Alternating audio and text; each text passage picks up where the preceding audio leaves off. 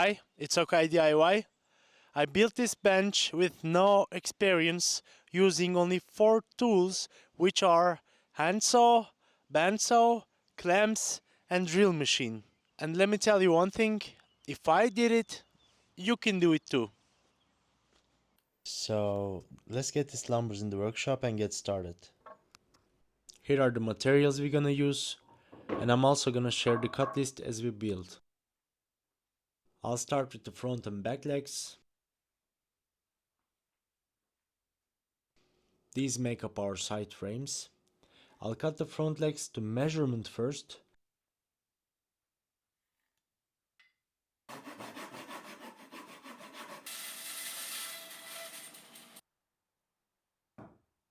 Then I'll move to the back legs, which I'm cutting at a 10-degree angle to make sure the backrest is at a comfortable position.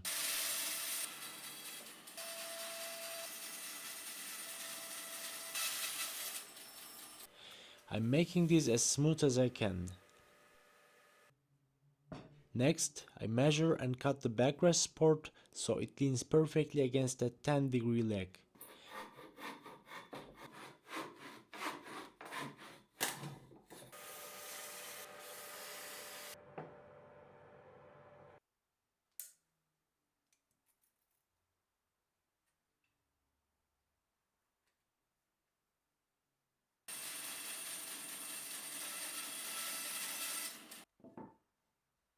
It fits great and is very satisfying to see. Once one side is finished, the other side is exactly the same, so you can use your finished pieces as a template.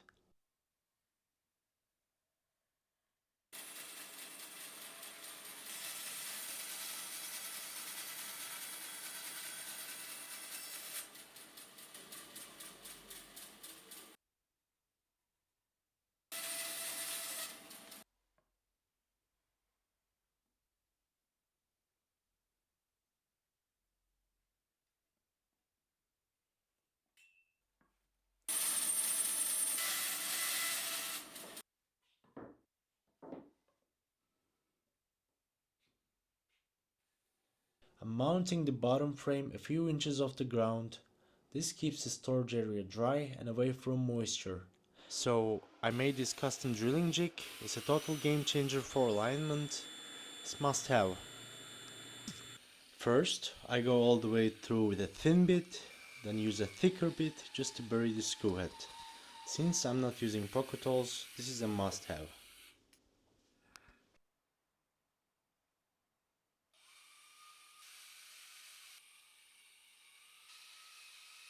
Wherever I use screws, I also use wood glue to keep the bench rock solid. Clamps are a must have for this project too.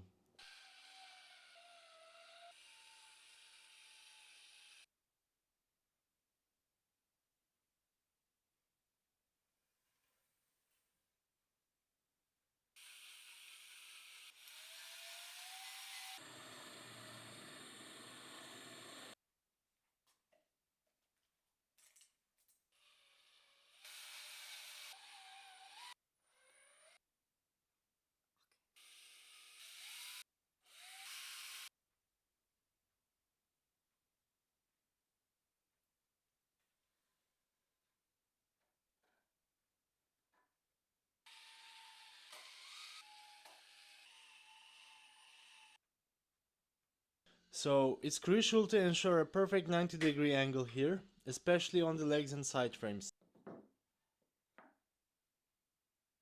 to keep the entire structure perfectly square.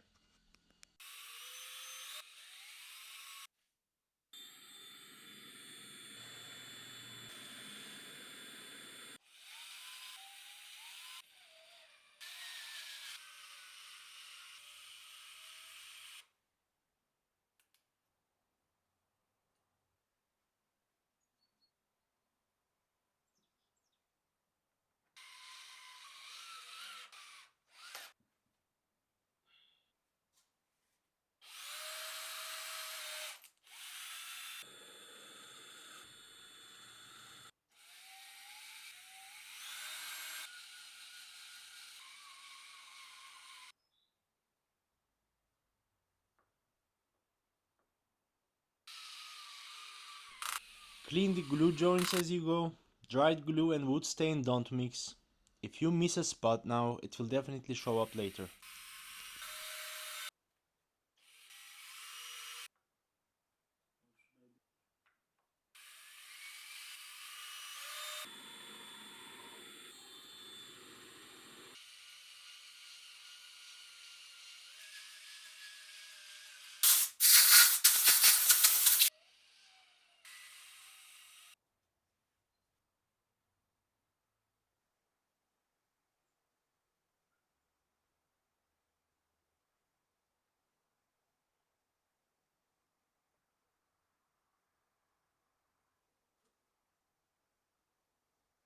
As the wood gets thinner on those 10-degree cuts, make sure to use smaller screws so they don't go all the way through.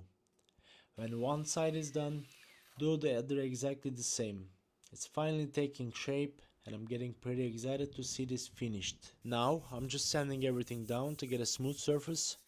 It is also the best time to get rid of any glue squeeze out I forgot to clean up while it was still fresh. Next, it's time to make the inside frames that will carry the seating area.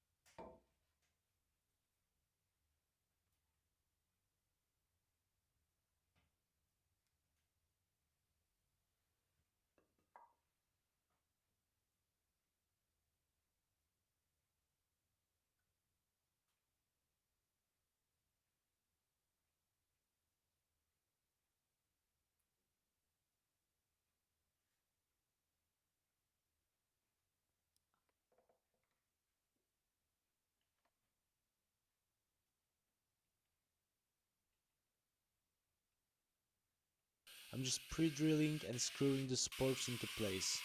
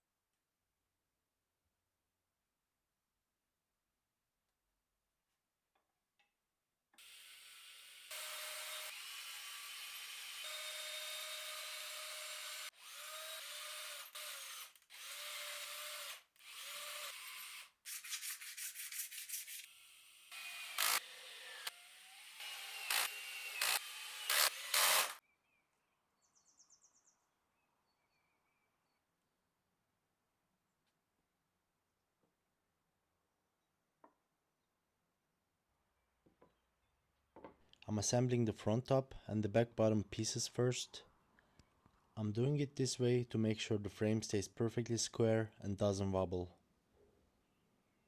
Then I'll finish up the rest of the frame.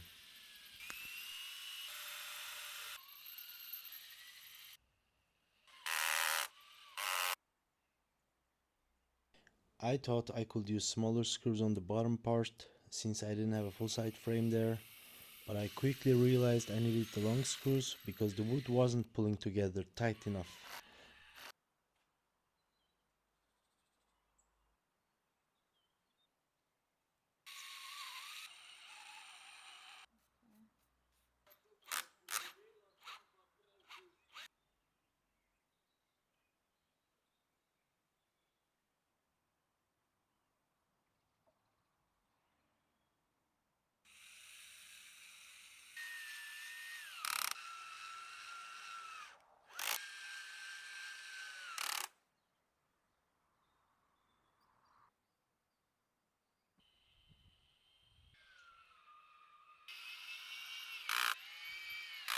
To fix it, I installed an extra support piece for the side frame so everything stays rock solid.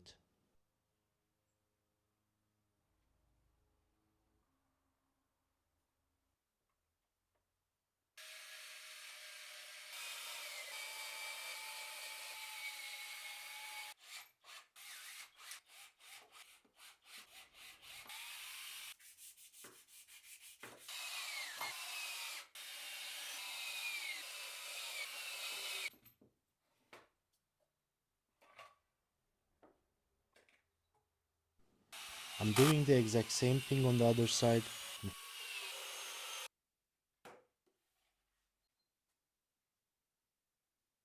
finally diving in those big screws to lock it all in.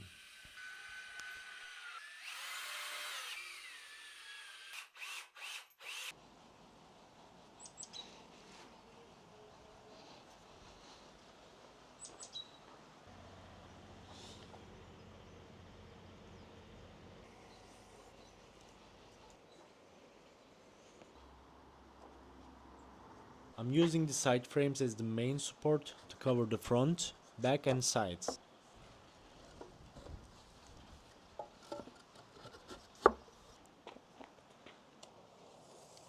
First, I need to cut some supports for the front and back panels. As you wish. I decided to put these right in the middle, but if you want more unobstructed space inside the storage area, you can install them in the corners instead.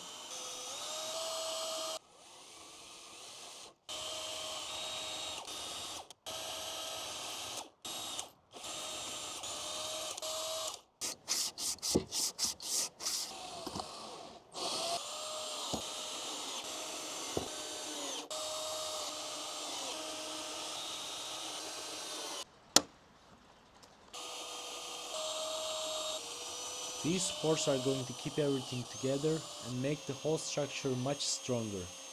Here is how it looks.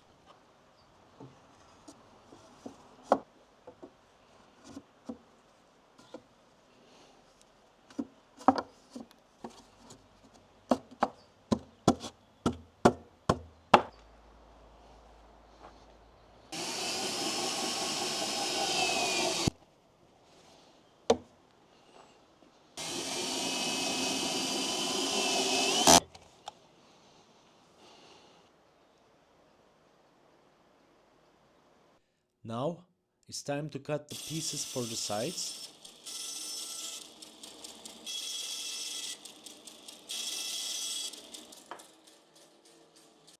This time, I'm using the back inside frame for support. First, I apply the glue, and then with a little push, they sit perfectly in place.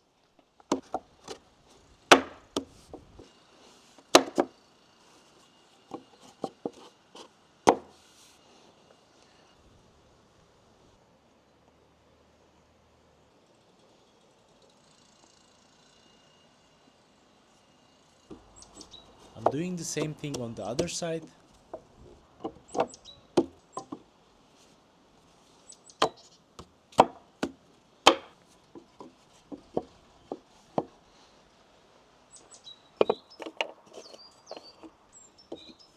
I'm also adding some extra supports here to make sure the side panels stay stable and strong.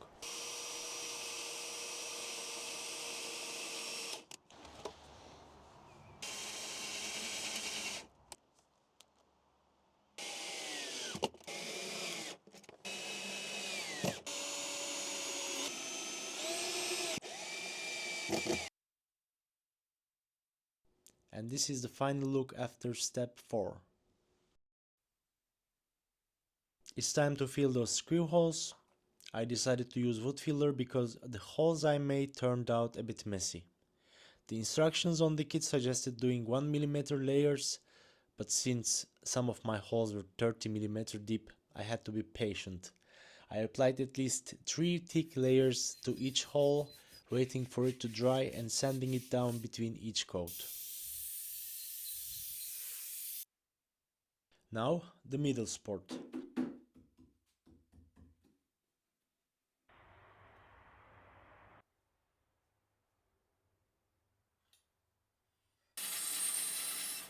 I'm lining this up perfectly with the top of the side frames to give the seating area extra strength and keep the whole bench from flexing. I leveled it out using clamps, then drove in those long screws. I used my jig again. I'm telling you, it's a must-have.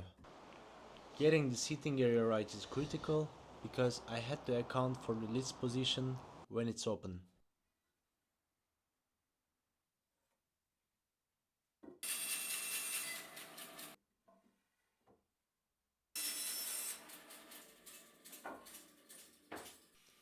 I'm screwing the front two and back two pieces together from the side.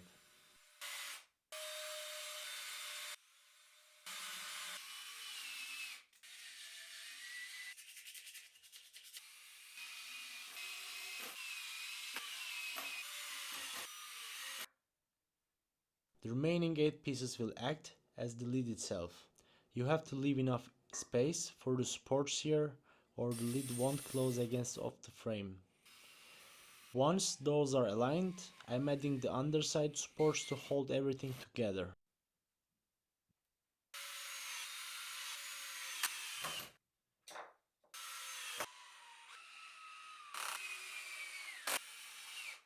Oh, and I gotta tell, I love having a compressor.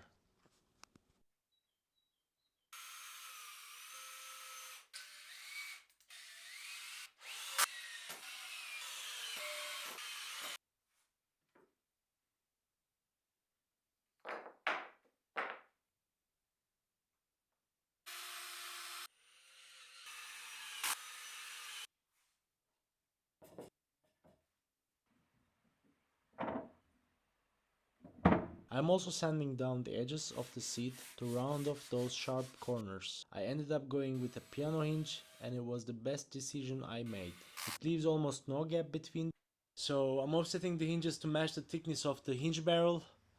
This provides the necessary clearance so the lid opens and closes smoothly without any binding. I miscalculated the clearance and the lid wouldn't close. I had to go back and trim the supports underneath to make it fit. So I decided to fix 3 pieces permanently to the frame so they won't move. This allows the lid to rest against the backrest easily.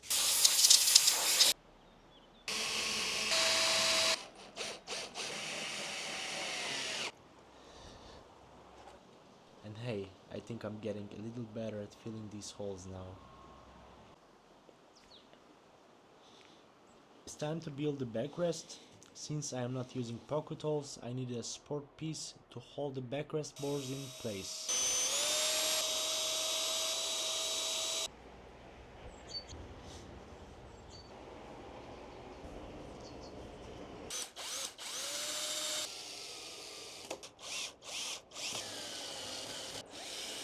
To keep it comfortable, I started the first board about 15 cm above the seating area, the bottom piece first, then the top piece, and filled in the middle boards after that.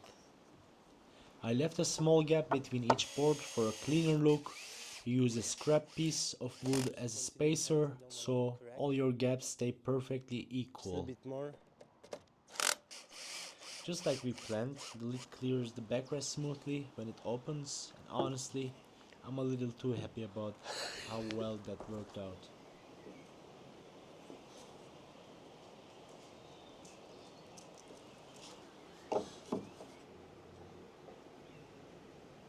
For the armrests, I'm cutting a small 10-degree block to level out the top of the front leg.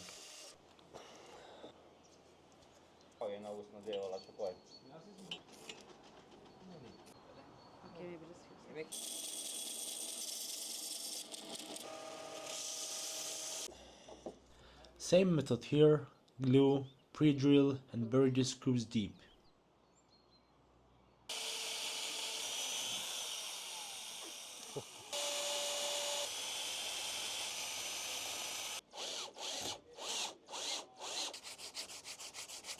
The armrest itself also needs an angled cut at the back to fit flush against the frame.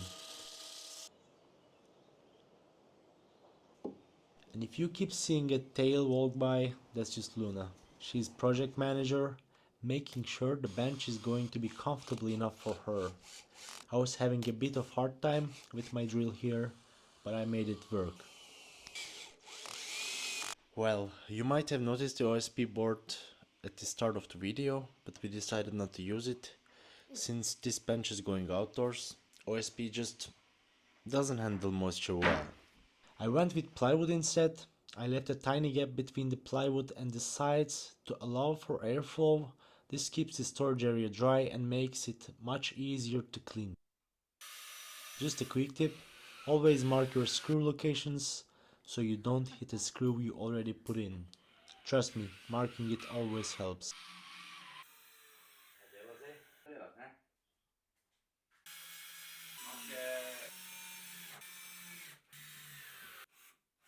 And that's the final look for step 10. I'm starting the final sanding with 120 grit using the sanding block. Always make sure I sand along the grain. Then I'm repeating the process with 180 grit for a smooth finish. By this step your screw holes should be fully filled. I cleaned all the dust off with the compressor, but if you don't have one, a damp cloth works great to wipe down the dust. Alright, it's the moment we've been waiting for. Time to get some color on this spruce. I'm using a solvent-based stain in a light walnut color. It looked a bit dark at first, but we ended up loving how it looks.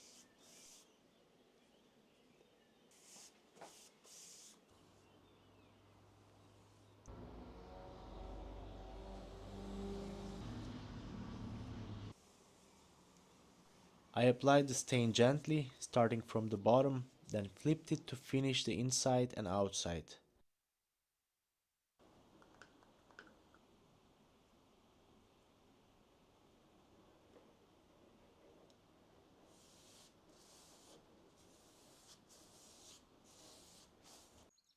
And this is how it turned out. I managed to build most of it on my own, but moving it is a different story. It's seriously heavy. With these dimensions, you'll definitely need at least one more person.